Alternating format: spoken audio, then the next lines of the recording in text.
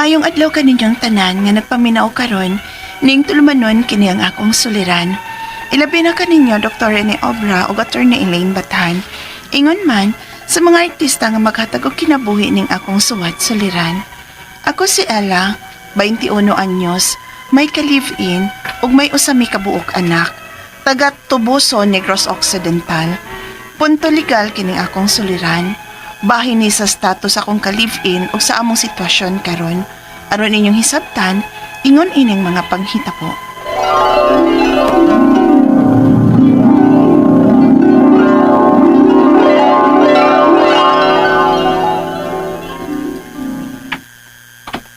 Ako lang si Big Boy. Ikaw? Ella? Wow, nice name. Higa na ta ha? Opa? Si Big Boy? La, minyo man siguro na. Taka man lang ka, uy. Kung minyo pa na, di unta na mo salig siyang cellphone nako. Ha? Iya man ko nang ibili no sayang cellphone nako, day. Ilabi na kung mag-duty siya. Ah, mao ba? Dili da ito siya ang ako nahibawaan nga minyo. Simbak ko ka Irish, uy. Sure gid ko, day, nga dakong ulitaw si Big Boy. Kamo na di ay? Hapit na. Nagpakipot akong kamay. Oy. Abi pa lang, easy girl.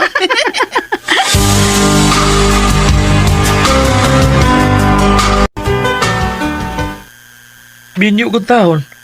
Kung minyo pa ko, isali ko ka ng duhan ako ka cellphone mo? Mao gani akong giingon ni Irish. Pero ingon sam niya nga, basin ko nasayop lang siya nga ikaw to iyang nahibawan nga minyo. Ha? Uy, dili taon to ako eh. Ulitaw taon ko ila. Yan, unsa man? Kita na ba? Oin. Pagsugot ang lagi kuwang natong duha ba? Suod na ta. O nagkailhanay na ta. Nisalig na ko nimo. O nisalig na ka na ko, di ba?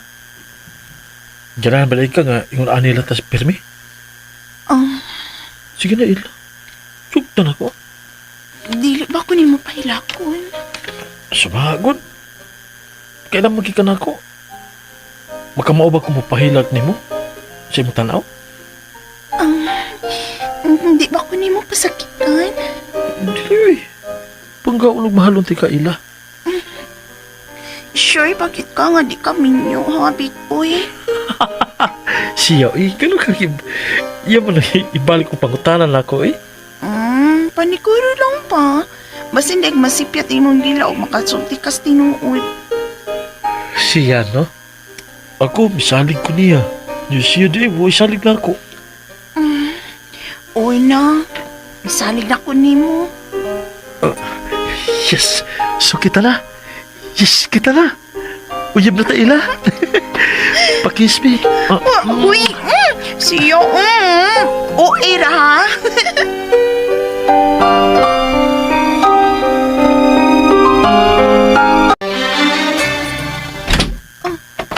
Unsa man ang kisudlan ta, Big Boy? Uyab na ta, di ba? Isalig na ko na mo. O karon nga, uyab na ta.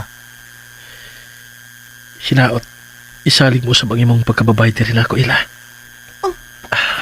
Okay. I love it, ila. I love it, oh, Big Boy.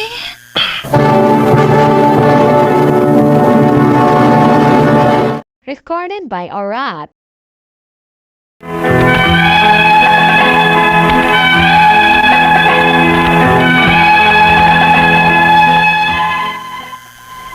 Nagkauyab gud mi si Big Boy.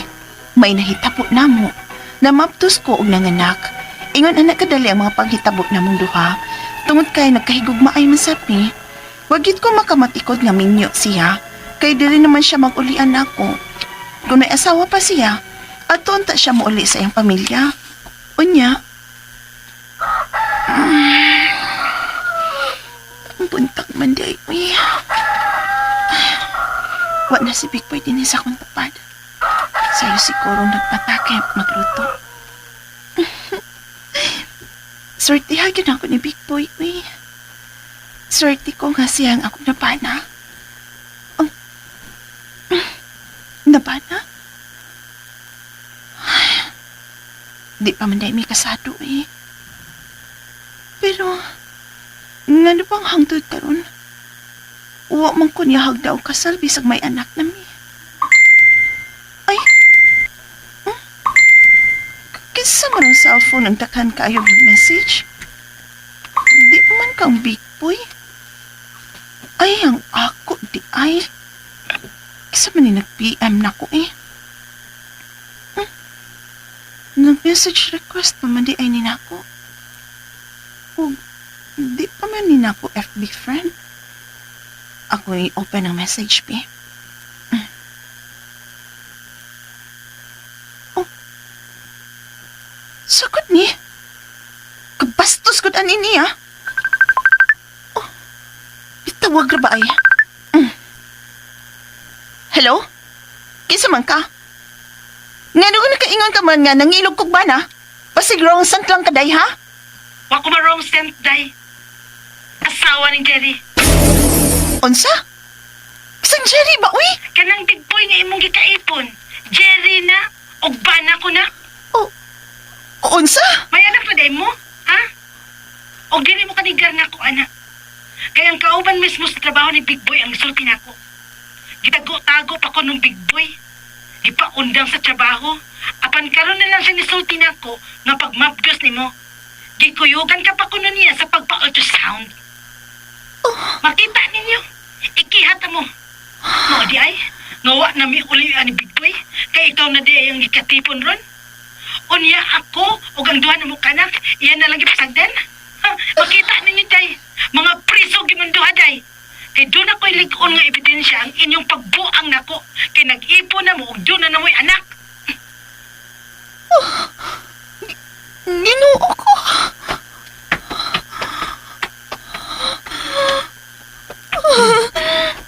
Oh. Ako ba itong cellphone may bagting ganina? Bakakon ka! Ay! Bakakon ka! Ano sa mga... Oh! Mura ko mag-iring ang mga basa ko! Ha? Mura giring! Sulti pa yung taon ko, yan naman ka! Yan naman! Yan naman, Jerry! Oh. Ano nga buhat manini mo na ako? Minyo ka man di ay! Gipatuom ako ni mong ulitaw ka! Ano naman!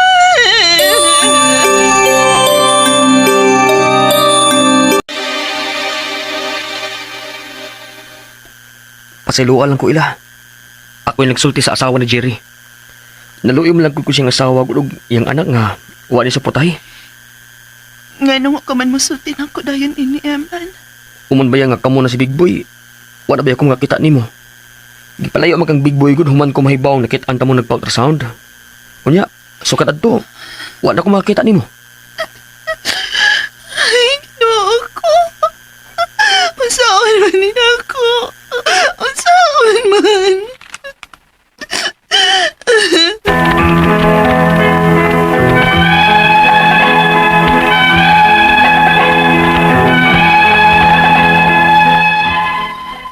Wala ko mahipaw kung sa ngayon akong buhaton. Mahal na masabgot na ako si Big Boy. Ug doon na may anak. Ang akong pangutana mo kining musunod. Unang pangutana, may sabak ko sa panagbuwag nila sa akong kaipon ug sayang asawa. Gawa mong kumahibaw nga minyo dainin akong kaipon. Kay ulitaw man ang iyang pagpailan ako. Ikaduhang pangutana, ikiha ko numi siyang asawa. Mapriso ra bagit ko numi kay doon nami anak nga ebidensya sa among pagluib sa iyang asawa. Mapriso bagit mi? Mga pila man ka tuig. Ikatulong pangutana, pwede pagod nga ako'y basulod sa asawa sa kong kaipon kung anong wa na sila masustentuhi? Unsa man si kaso nga atubangon sa akong kaipon karon? Ikaw pat og katapusan. Unsa may angay akong buhaton? Nga dili naman sa mobalik ang akong kaipon siyang asawa. O mahal na sabgyud namo ang usag-usa ug may anak pa gyud mi. Dili naman pud ko makatugot nga mawa siya nako sa among anak. Palihog, tabang yung tambagi ko. Kini ang akong suliran. Ella. Mayong adlaw mga sukintig paminaw kini si Attorney Elaine Batan. Og kinisab si Dr. Rene Obra. Karong adlaw kami sa kuang partner ang muhatag ninyo og tambag tubag, solusyon, kalinawan sa inyong mga pangutanag, problemang may punto legal. Punto medical, psychological, emotional, behavioral o mga problema sa mga ginadiling drugas. Ay na mo pagduga, ipadala ang inyong suwat sa suliran_612@yahoo.com. Or sa atong Facebook account, kini ang akong suliran, official writers page. Padasad atong ipadala sa 3rd floor Jose R. Martinez Building, Osmeña Boulevard, Cebu City. Kumusta guys? Kumusta man ang atuang mga suking tig paminaw? Hinaut unta no nga ang mga naminaw na to sa nagkalain-lain nga lugar. Maayo mo sa inyo nga panglawas. Naminaw sa YouTube, naminaw sa radyo. Kusog kita sa San Carlos City ato ni, no? Og sa mga Calatrava, Negros, sa Occidental ba ng Calatrava? O sa Tubuso, Negros Occidental, no? Kusog kita diha, no? So, kumusta naman mo da sa Dumaguete City, no? Mga Duran family da sa Dumaguete City, si Rose Gonzales Espinas diha sa Dumaguete City, mga taga Siquijor, mga Bation, mga Balya, mga Teves family diha sa Siquijor, kumusta naman mo diha, no? Yes.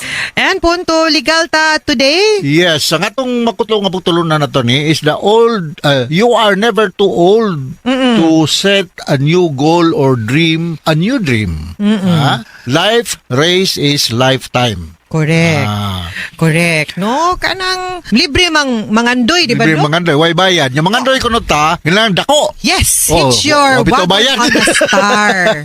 Reach for the stars always. Oo, no? magyod. Kaya kung maigo ko huyo-huyo sa hangin, di mahurot o lagpot ay mabilin. Masangit patas punuan, Dok.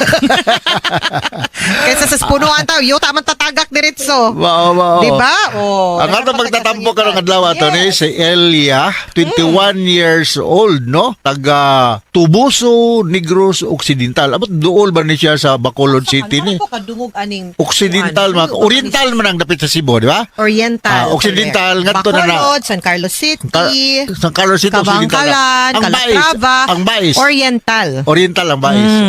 So anyway, nagkakitag mga sukido doon Yes. na sa mga Mount Canlaon. Mao ba na? Diha dapita, correct. Dapita. Okay, so 25 anyos ni si Elia, may kalibin ug may usa ka buok anak. Malagi to taga Tubuso, Negros Occidental. Punto legal ang problema ni Elia, suma sa nabati nato ganina sa drama. Unang pangutanan ni Elia, may sala ba ko sa panagbuwag nila sa akong kaipon ug sa iyang asawa nga wala man ko kahibalo nga minyo di ay ning akong kaipon kay ulitaw man ang iyang pagpailan ako. Pastila no. Ikaw ko na yung matambag. Istapa man ni Dok. Pagpangilad man ni, no?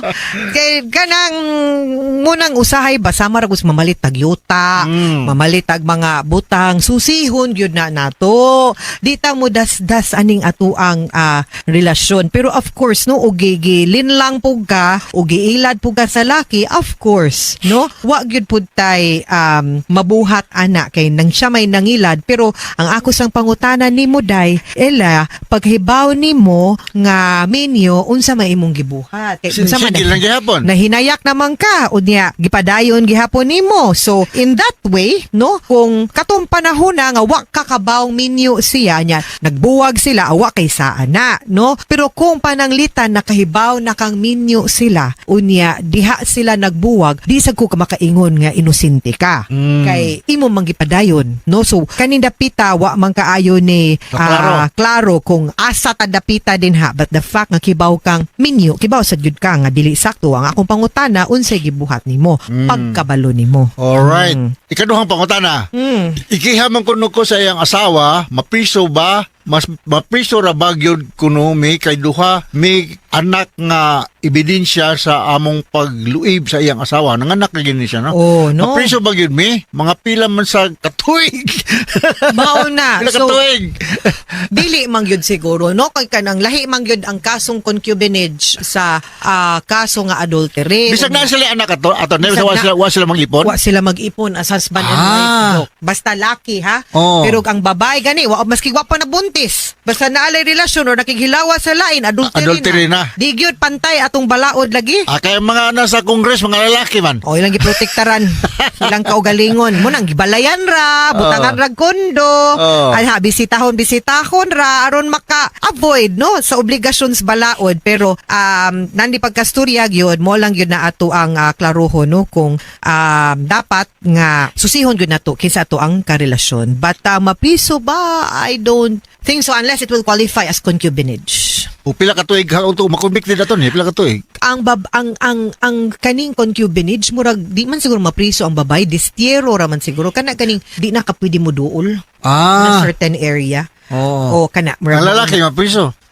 maka-probation murag less than Maka-probation. 6 years and 1 day ang kaso pero makumbikto mo pero pwede mo nga ka-probation meaning ang inyong service of sentence gawas sa prisuhan. So, di na ka pwede mo file og COC. Sinawiya dito yung Kanang moral turpitude man na o dili pwede. Di pwede. Kay di man ka fit. We are not a person of good moral character. O di na ka makadagan o barangay captain, Di man konsehal gani sa kakibaw mo lungsod. preserba sa imuhang pamilya ngita pakaglaing responsibilidad. Mao gyud, no? So ikatulong pangutana, pwede ba gyud nga ako'y basulon sa asawa sa akong kaipon kung nganong wala na siya masustintuhi unsa may kaso nga atubangon sa akong kaipon ana?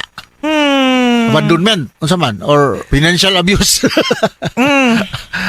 Kay usahay man god og kanang usa ka bana usa ka padre di pamilya dili na mo sustinto bisan napan siya kapasidad sa pagsustinto for some reasons mahog magunag financial abuse. I do not know ato ni og tinuod ba nang mayngon ana, no? Well, kaning mga dili mo sustento di man na nimo responsibility. Responsibility man na siya sa bana.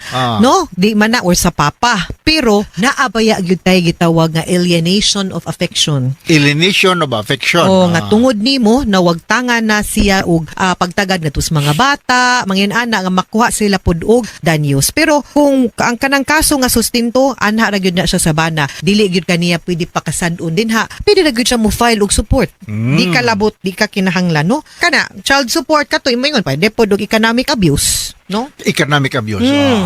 Okay. Ikaw pa to katapos ang pangutana. Unsa may angay na kong buhaton nga dili na man sab mobalik sa akong kaipon sa Ang iyang kaipon. Sa iyang asawa. Ug mahal naman sa Di ara. namo ang usag-usa ug may anak na good me. Dili naman pod ko makatugot nga mawala siya nako og sa among anak. Daarang laay do.